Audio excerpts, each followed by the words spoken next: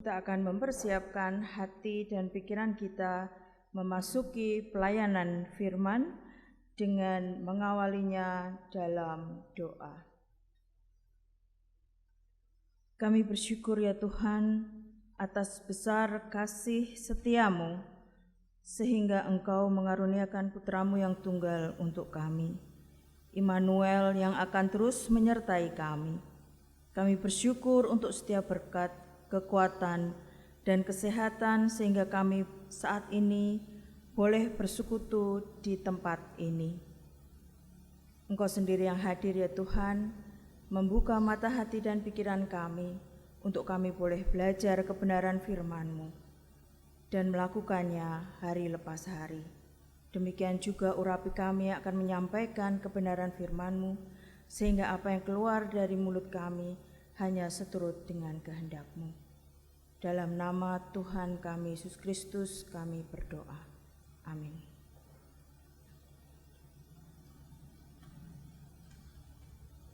Kita akan membaca firman Tuhan dari bacaan Injil Matius 25 ayat 31 sampai 46, kemudian disambung dengan Wahyu 21 ayat 1 sampai 6a. Matius 25 ayat 31 sampai dengan 46. Penghakiman terakhir. Apabila Anak Manusia datang dalam kemuliaannya dan semua malaikat bersama-sama dengan Dia, maka Ia akan bersemayam di atas tahta kemuliaannya. Lalu semua bangsa akan dikumpulkan di hadapannya, dan Ia akan memisahkan mereka seorang daripada seorang, sama seperti gembala memisahkan domba dari kambing. Dan Ia akan menempatkan domba-domba di sebelah kanannya dan kambing-kambing di sebelah kirinya. Dan raja itu akan berkata kepada mereka yang di sebelah kanannya, "Mari, hai kamu yang diberkati oleh Bapa-Ku, terimalah kerajaan yang telah disediakan bagimu sejak dunia dijadikan. Sebab ketika aku lapar, kamu memberi aku makan. Ketika aku haus, kamu memberi aku minum. Ketika aku seorang asing, kamu memberi aku tumpangan. Ketika aku telanjang, kamu memberi aku pakaian. Ketika aku sakit, kamu melawat aku. Ketika aku dalam penjara, kamu mengunjungi aku." Maka orang-orang benar itu akan menjawab Dia katanya, "Tuhan, bila manakah kami melihat Engkau lapar dan kami memberi Engkau makan, atau haus dan kami memberi Engkau minum? Bila manakah kami melihat Engkau sebagai orang asing dan kami memberi Engkau tumpangan, atau telanjang dan kami memberi Engkau pakaian? Bila manakah kami melihat Engkau sakit atau dalam penjara dan kami mengunjungi Engkau?"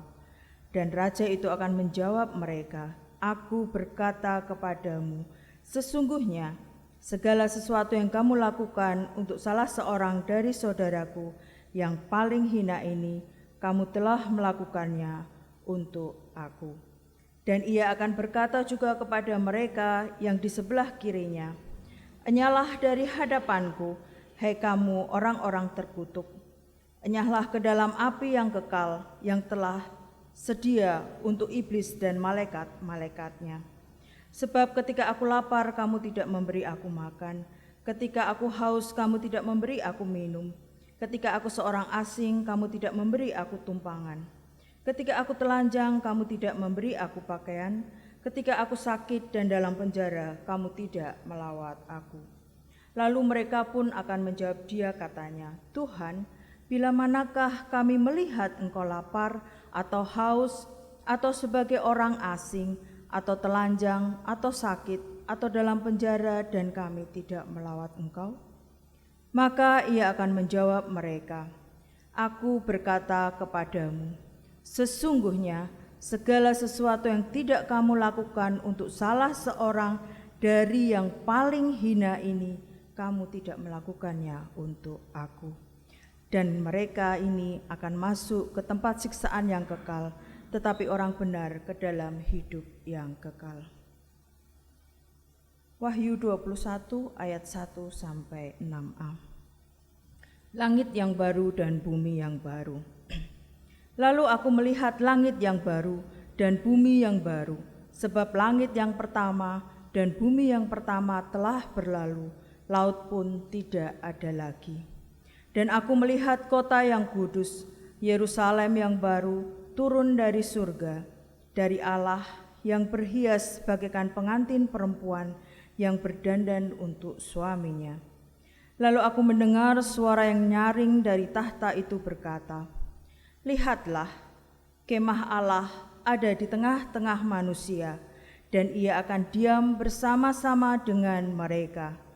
Mereka akan menjadi umat-Nya, dan ia akan menjadi Allah mereka. Dan ia akan menghapus segala air mata dari mata mereka, dan maut tidak akan ada lagi. Tidak akan ada lagi perkabungan atau ratap tangis atau duka cita, sebab segala sesuatu yang lama itu telah berlalu." Ia yang duduk di atas tahta itu berkata, "Lihatlah, aku menjadikan segala sesuatu baru." Dan firman-Nya, "Tuliskanlah, karena segala perkataan ini adalah tepat dan benar." Firman-Nya lagi kepadaku, "Semuanya telah terjadi. Aku adalah Alfa dan Omega, yang awal dan yang akhir." Demikian firman Tuhan. Yang berbahagia adalah mereka yang mendengarkan firman Tuhan dan yang memelihara dalam kehidupannya. Haleluya.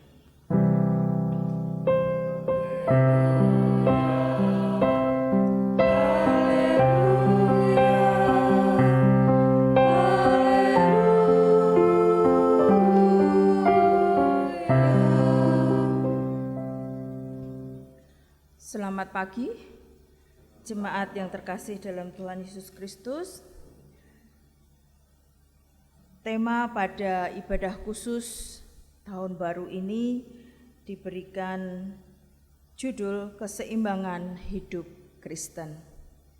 Sebelum kita masuk lebih jauh dalam pergumulan kita, izinkan saya menyampaikan selamat memasuki tahun baru 2021. Kiranya damai sejahtera dan kasih setia Tuhan senantiasa melingkupi sepanjang tahun yang akan kita jalani. Jemaat yang terkasih di dalam Tuhan Yesus Kristus, mungkin kita pernah berpikir mengapa ucapan selamat Natal selalu dirangkai dengan selamat tahun baru. Atau mengapa harus Natal dulu baru tahun baru? Tentu banyak yang sudah memikirkannya dan mungkin sudah punya jawabannya. Ada dua pemahaman sederhana yang bisa dilihat dari dua peristiwa besar yang berurutan ini. Yang pertama, sebagai orang percaya pilihan Tuhan, pada peristiwa Natal kita menerima kelahiran Tuhan Yesus. Seperti yang ada di dalam spanduk di depan, mereka akan menamakannya Immanuel. Peristiwa Natal membawa kita untuk menerima Immanuel. Immanuel yang artinya Tuhan beserta kita. Sehingga ketika kita menerima Immanuel, kemudian kita masuk di dalam tahun baru, kita tidak sendirian. Ada Immanuel yang beserta kita. Pemahaman kedua, pada peristiwa Natal ada sukacita ketika kita menerima kabar baik. Ada jaminan keselamatan hidup kekal. Sukacita ini yang menjadi bekal kita untuk menghadapi tahun yang misteri, tahun baru. Tahun yang boleh menjadi sesuatu sukacita tetapi sekaligus keprihatinan. Karena kita masih hidup di bumi. Bumi yang berputar pada porosnya atau yang disebut rotasi bumi selama 23 jam 56 menit.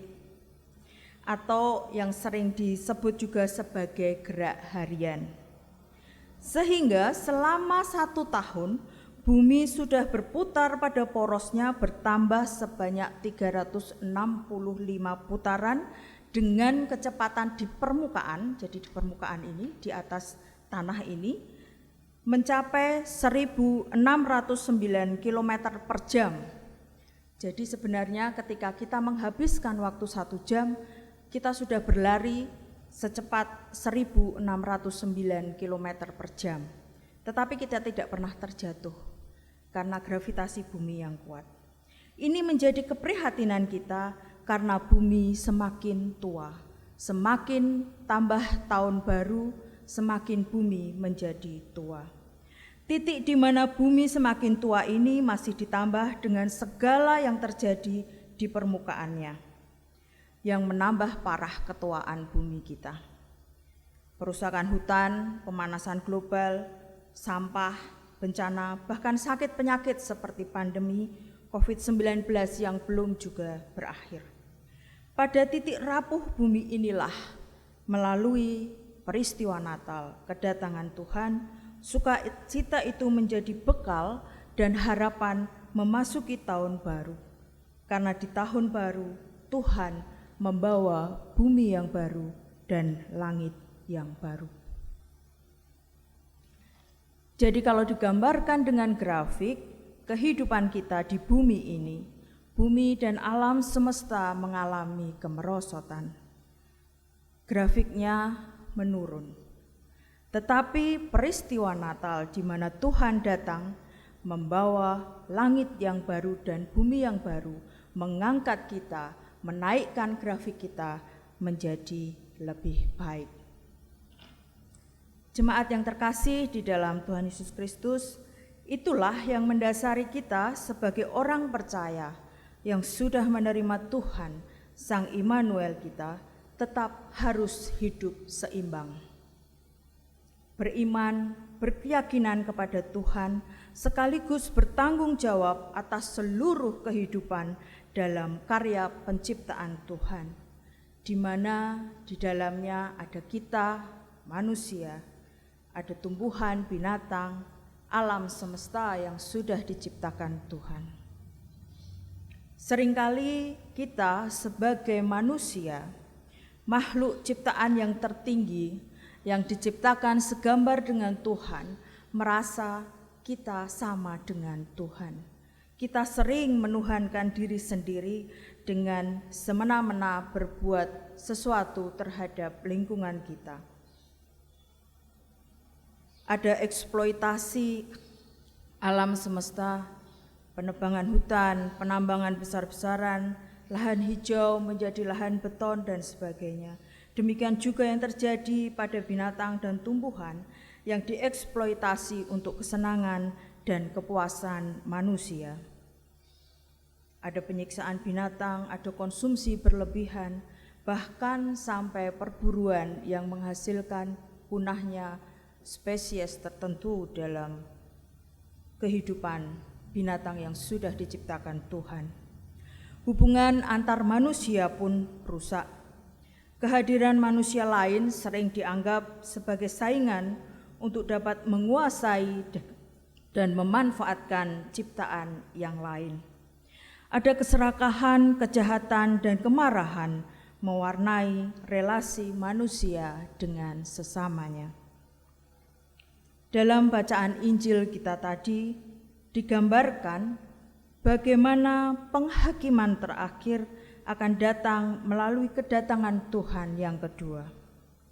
Akan ada ukuran yang dipakai ketika manusia memasuki penghakiman terakhir.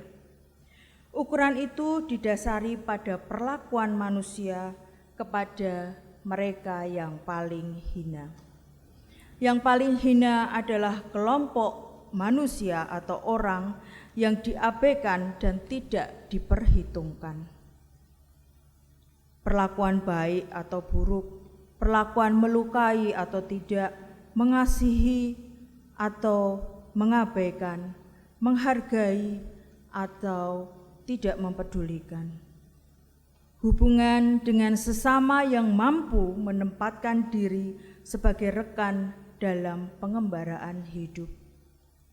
Hidup bukan lagi soal kebutuhan dan kepentingan diri pribadi, tetapi juga tentang orang lain dan pergumulannya, dan kita berperan di dalamnya. Itulah ukuran yang dipakai ketika penghakiman terakhir tiba.